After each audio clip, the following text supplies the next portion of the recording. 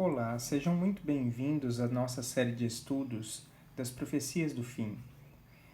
Nós vamos iniciar o estudo pelo capítulo 1 do livro de Daniel, pois é impossível compreender o livro do Apocalipse sem estudar o que seria o protótipo do Apocalipse do Velho Testamento, que é o livro de Daniel. Ele não é o único, há vários profetas que profetizaram no Velho Testamento e que contribuíram com suas profecias para a formação do panorama do Apocalipse. E o que precisamos entender sobre o Apocalipse e o fim dos tempos? Embora haja uma diferença de cosmovisão entre o mundo pagão e o mundo judaico-cristão, uma coisa permanece: a história sempre se repete. No mundo pagão, eles levaram isso ao pé da letra, pois o conceito de fim do mundo não havia entre os pagãos. Havia o conceito de fim de um ciclo, e todo fim de ciclo dava início a um novo ciclo. E assim nós ficaríamos numa eterna espiral de histórias se repetindo. É diferente na visão judaico-cristã, pois há uma linha reta e um caminho linear onde a história desse mundo teve um princípio, estamos no meio dela e haverá um fim. É claro que Deus não planejou que houvesse um fim. Ele planejou que estivéssemos eternamente com Ele, mas algo estranho aconteceu. Esse algo estranho se chama pecado. Então Deus prometeu que haveria um fim para a história desse mundo, onde as coisas poderiam começar de novo e então da maneira correta, ou da maneira como estivéssemos fora de perigo, aí sim poderíamos gozar da eternidade. A questão toda é como se preparar para o tempo do fim. O tempo do fim não é algo que a gente meramente atinge despreparados de qualquer maneira e simplesmente vivemos. Há uma necessidade de muitas mudanças, a começar pelo próprio povo que vem para anunciar o tempo do fim. E há que se diferenciar uma coisa já: fim dos tempos e fim do mundo. Só porque estamos no tempo do fim, e muita gente não compreende isso, não quer dizer que é o fim do mundo. O fim do mundo está por acontecer. Mas Deus, em sua infinita misericórdia, não deixaria que o fim do mundo chegasse sem antes haver o tempo do fim, para que houvesse uma preparação e uma advertência às pessoas.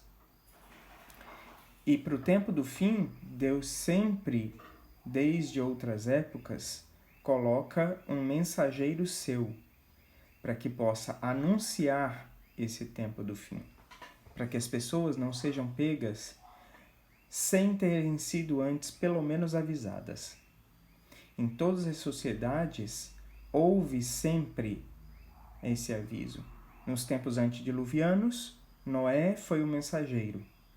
Nos tempos de Sodoma e Gomorra, Ló foi o mensageiro. E a própria situação em que os sodomitas se viram, em que precisaram ser salvos por Abraão, foi outra oportunidade de graça. Nos tempos do antigo Israel, havia os profetas, especialmente Elias.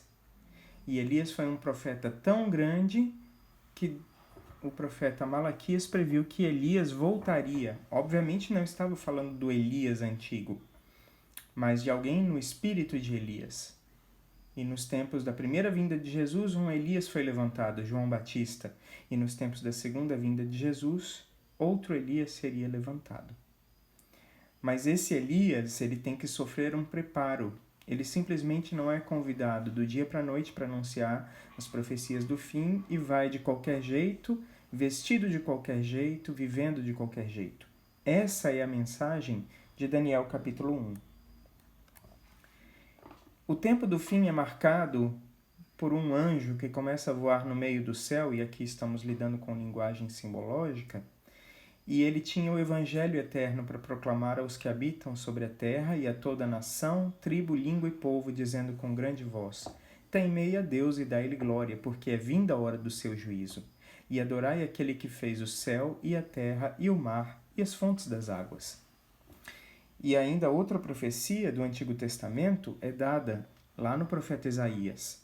Os que de ti procederem edificarão as antigas ruínas, e levantarás os fundamentos de geração em geração, e chamar-te-ão reparador de roturas, ou em algumas outras versões brechas, e restaurador de veredas para morar, ou em outras versões veredas antigas. Então vejam bem que o restaurar os caminhos de Deus não se trata de propor um caminho novo, mas restaurar o caminho antigo, esquecido, e restaurar sobretudo o altar de Deus. A profecia em Apocalipse 14, 6 e 7 fala em que deveríamos voltar a adorar aquele que fez o céu, a terra, o mar e as fontes das águas. Onde está escrito esse tipo de linguagem? Êxodo 20, versículo 8, o Criador de todas estas coisas foi Deus. E ao criar tudo que há nesta terra, em 6 dias descansou no 7º. Então nós temos aqui que restaurar os caminhos de Deus, como Deus quer que vivamos. E apesar de nós já termos passado por várias reformas, inclusive a reforma protestante há 504 anos, 503 para 4 anos, essa reforma acabou, chegou ao fim. E nem foi completa na sua obra reformista. Ela ficou uma reforma incompleta. E há necessidade de que agora temamos a Deus. Mas o que significa temer a Deus? É ter medo? Isso seria incompatível, inclusive, com os versos em que o apóstolo João, nas suas epístolas, diz que o amor é incompatível com Deus. A falta de amor. E a falta de amor sendo incompatível com Deus, como é que eu posso temer a esse Deus? Isso sim é o incompatível com Deus. Se eu temo a Deus, logo eu não o amo. Se eu não o amo, eu tenho medo. Se eu tenho medo, isso não pode ser bíblico. Vejam bem, temer é uma situação onde a gente expressa para com o nosso amado um respeito tão grande que esse respeito a gente faria qualquer coisa para agradar este ser amado. E temer aqui, então, é um amor tão grande para com Deus que estamos dispostos a obedecê-lo no que quer que for. E obedecê-lo no que quer que for significa uma mudança completa da nossa mentalidade. Como o apóstolo Paulo diz, renovai-vos, né? Renovai-vos pela renovação da vossa mente. Então, a gente só pode transformar a partir do momento em que o Espírito Santo age na nossa mente para que isso seja renovado e a partir dessa renovação a gente viva em novidade de vida. E aí a gente pode, a partir do momento em que a nossa vida é restaurada, aí a gente pode começar a restaurar as antigas ruínas da adoração a Deus. A Idade Média foi mais do que o que a gente sequer possa imaginar. A Idade Média quase suplantou o cristianismo, embora as pessoas se chamassem de cristãs na Europa medieval. Tudo que se pensar em termos de verdade bíblica foi jogado por terra. E o altar da adoração de Deus foi lançado por terra, e nós vamos discutir isso ao longo do Apocalipse. E as pessoas viveram qualquer coisa menos um cristianismo, embora se chamassem de cristãs. E, infelizmente, 500 anos foi pouco para restaurar tudo isso. Essa restauração ficou incompleta. E Deus nos apresenta o que precisamos restaurar antes de restaurar suas verdades. Em Daniel, capítulo 1, Deus começa a apresentar isso. Em primeiro lugar, é impossível restaurar as antigas veredas sem fidelidade absoluta a Deus. Eu vou dar o contexto histórico para vocês e vocês já vão entender. Ao longo de 400 anos, o povo de Israel, desde Davi, do rei Davi, Saul e Davi, que foram os primeiros reis do Reino Unido, eles se degradaram de tal maneira que ao final do terceiro Reino Unido houve uma cisão do reino. Então, após a morte de Salomão, o reino foi rasgado e se dividiu em dois, sendo que 2 tribos apenas e alguns dissidentes do norte que não se submeteram ao rei do norte, neste caso aqui não estou falando do rei do norte apocalíptico, e sim o rei do norte de Israel, do Israel dividido. Então, 2 tribos e alguns dissidentes ficaram sob o comando de Roboão, descendente, neto de Davi. E as outras 10 tribos ficaram sob o comando de Jeroboão, que era um funcionário do palácio de Salomão, e que se rebelou e dividiu as tribos e juntou para si 10 tribos.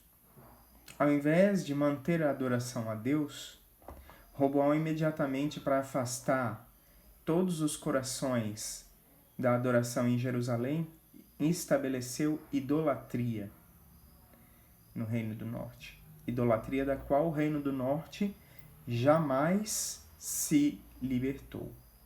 E o Reino do Sul, embora por algum tempo fiel a Deus, com o tempo seguiu o mesmo caminho das suas tribos irmãs do Norte. Também se rebelaram. Cerca de 100 anos antes da queda, quase 100 anos antes, não chegou a 100 exatos, da queda de Jerusalém, o rei do norte caiu. E todas as 10 tribos foram misturadas pelos assírios aos outros povos do Oriente Médio, e eles perderam sua identidade nacional. Então nunca mais houve a restauração. Aquela gente que formou o que seria o Samaria nos tempos de Jesus era uma mistura de gente, mistura de israelitas com outros povos, e portanto os judeus os desprezavam por vários motivos. Há razões, e parte dessas razões tem a ver com a volta do exílio babilônico, quando eles atrapalharam a reconstrução do templo, mas judeus também os desprezavam porque eles eram raça mestiça. O problema é que não adianta essa questão de pureza racial, aos olhos de Deus isso é inútil se você não segue os caminhos de Deus.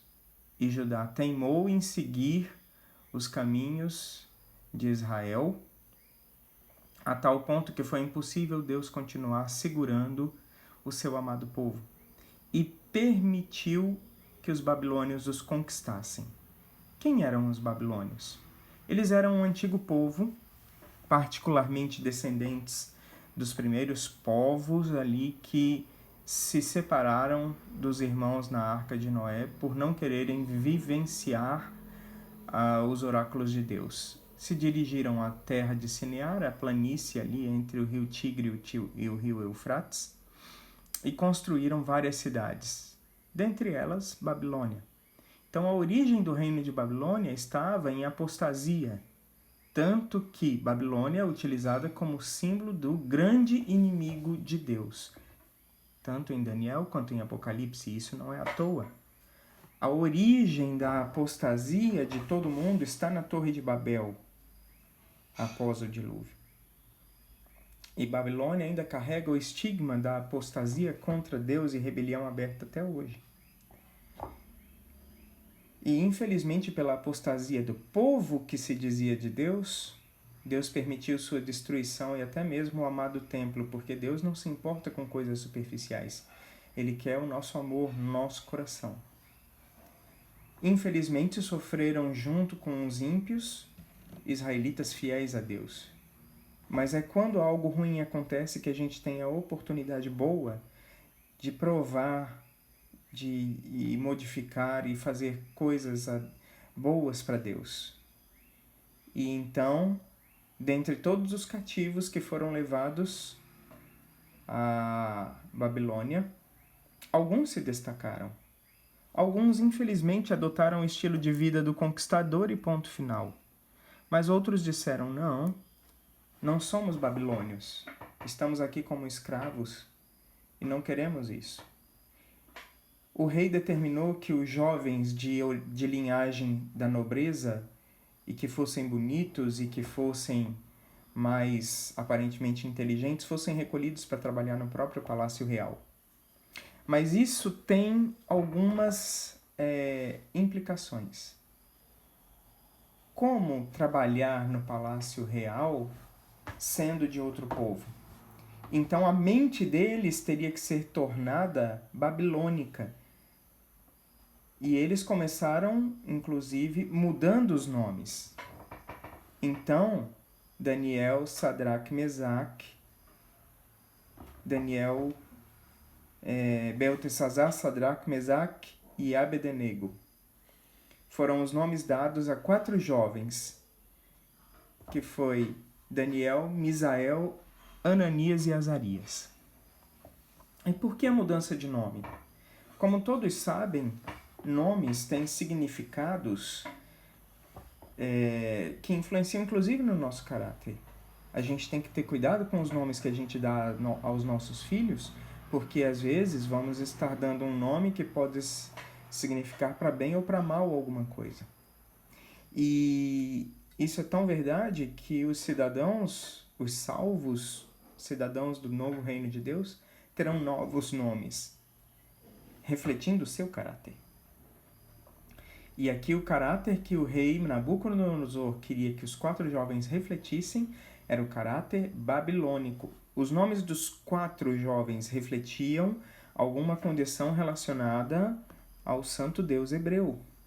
Mas os seus novos 4 nomes refletiam orações aos deuses babilônicos. Não bastava isso. Além de terem seus nomes trocados, eles seriam educados pela educação babilônica, o que incluía coisas permitidas e coisas proibidas por Deus. Coisas permitidas, aprender a ler e escrever em língua caldeia. Até aí não havia nada demais. Mas havia outras coisas também perigosas e proibidas por Deus, como, por exemplo, aprender astrologia. E não bastava isso. Esses jovens foram humilhados. Diz a Bíblia que eles foram entregues nas mãos do chefe dos eunucos. Então, muito provavelmente, eles foram castrados para poderem estar junto aos chefes dos eunucos, porque era um sinal de conquista de guerra que esses jovens nobres agora servissem ao seu rei conquistador, mas não tivessem a oportunidade de ter filhos, e, portanto, nenhum deles, ou descendente deles, ser capaz de requerer de volta o trono da sua nação. Uma humilhação terrível. Até a maneira da dieta deles foi ditada pelo rei. O rei determinou qual seria a sua porção diária das iguarias, o vinho que ele bebia, e que fossem mantidos por 3 anos. O problema Deus também tinha determinado a dieta. Deus tinha dito o que comer, o que não comer. E não inclui só Levítico 11, está espalhado por toda a Bíblia o que eles poderiam ou não comer. E isso tem a ver com saúde. E isso tem a ver com estar com as nossas faculdades o mais desenvolvidas possível para poder receber a orientação do céu. Veja bem que isso não quer dizer que a salvação seja por obras. Quantas pessoas vão chegar ao céu que passaram a sua vida comendo porcos, ou bebendo bebida alcoólica, ou outros hábitos de saúde nocivos, mas que viveram na melhor da luz que tinham? Infelizmente, essas pessoas não atingiram toda a luz, mas estão salvas em Deus, porque a salvação é pela graça do sangue do Cordeiro e porque, dentro da luz que tinham, elas fizeram o melhor para Deus. Mas Deus deixou uma dieta específica, e isso tem a ver com o fim dos tempos, e vocês podem pensar, como assim? Porque não é só uma questão de viver mais, é uma questão de viver melhor e servir a Deus melhor. Ellen White deixou para nós que o braço direito do movimento adventista é a mensagem de saúde. Por N motivos. Primeiro, porque precisamos aprender a cuidar do nosso corpo e do mundo aqui. E vocês podem até pensar nisso. Por que cuidar do meio ambiente aqui, se esse mundo está destinado à destruição? Ou cuidar dos nossos corpos, se esse corpo está destinado à destruição? Porque quem não aprende a cuidar aqui não vai aprender no céu. A gente tem que aprender aqui o modo de vida do céu. Segundo, contaminar nosso corpo de maneira nociva, com alimentação nociva, faz com que a gente tenha as nossas faculdades diminuídas e o único meio de contato que temos com o céu é o nosso cérebro. Se temos um corpo doente, a nossa mente vai estar doente. Corpo são, mente sã, já diz o ditado. Então, sobretudo, o que precisamos? Reforma individual. Não adianta querermos mudar o mundo se a gente não consegue mudar nem a nós mesmos. E a partir do momento que a gente se reforma, então podemos estar em condições de ser usados por Deus para poder mudar o mundo. Daniel se propôs no seu coração não se contaminar com a porção das iguarias do rei, nem com o vinho que ele bebia. Portanto, pediu ao chefe dos eunucos que se lhe permitisse não se contaminar. Pedido perigoso, porque todos ali estavam sob as ordens de um tirano especialmente temperamental. Ele podia ser muito agradável e ele podia ser tão raivoso quanto de um segundo para outro. Mas a Daniel foi dado graça, ele tinha jeito de falar com as pessoas, e ele falou com tanto carinho que o chefe dos eunucos permitiu, e ele disse, olha, só vou te pedir, me experimenta. Em 10 dias, vê como nós vamos estar e como os outros vão estar. Se a gente estiver bem, eu te peço para a gente continuar seguindo na dieta. E o que Daniel pediu? Coisas simples, verduras, legumes, água para beber. É óbvio que muita gente pode pensar, só isso? Não. Ele deve ter pedido toda uma dieta que envolvia produtos naturais. Deve ter pedido pão natural, deve ter pedido verdura, legumes, castanhas, nozes. Eu imagino que a mesa dele deve ter sido muito variada, mas variada com coisas saudáveis, frutas, enquanto os outros só comiam carne e vinho, pesando no seu aparelho digestivo e embotando sua mente. É perigoso, sabia? Porque hoje em dia a gente pode se enganar muito com respeito a uma dieta saudável, pensando estar oferecendo coisas saudáveis. Uma das maiores fontes de café da manhã nos Estados Unidos, e isso chegou ao Brasil porque nós somos também influenciados por eles, é dar para as crianças cereal com leite. Qual o perigo disso? Ora, o cereal, quando foi inventado, inclusive por um adventista, o Dr. Kellogg, antes de deixar a igreja, era um médico da igreja adventista. E foi ele que inventou os cereais de milho, tanto que até hoje pertencem às indústrias Kellogg, que o irmão dele assumiu após a morte do médico, né? E retirou a patente de ir junto da igreja para ser uma corporação qualquer. Digo qualquer, assim, sem nenhuma ligação com a igreja, né? Se tornou algo completamente mundano e capitalista. E foi o Dr. Kellogg que fez os flocos de milho para servirem de refeição aos pacientes do hospital. E depois a indústria Kellogg adicionou, e todas as outras indústrias que copiaram o modelo adicionaram açúcar, e isso é dado às crianças. E os americanos se espantam porque suas crianças estão indo tão mal na escola, mas eles não percebem que ao misturar o cereal com açúcar e leite, eles estão dando cereal com álcool para suas crianças. E é por isso que elas vão tão mal na escola. Então essas misturas, leite e açúcar, só servem para fermentar dentro do nosso organismo, nos deixando sonolentos. E eu imagino essas pessoas comendo carnes, muitas delas servidas a ídolos, coisas que eram proibidas na palavra de Deus, e ainda bebendo com vinho e depois indo estudar. Impossível estudar com aparelho digestivo pesado e embriagado o cérebro. Então a gente realmente precisa modificar nosso estilo de vida se quisermos sair a pregar pelo mundo que Jesus está voltando. Ou então, qual será o poder que nós vamos conseguir pregar? Nenhum, porque nem vamos receber o Espírito Santo, e se o recebermos, vamos receber um poder fraco. Por quê? Porque nossos corpos vão estar fracos demais para refletir todo o poder que Deus tem para dar. Então pensem nisso quando estiverem vivendo o seu estilo de vida.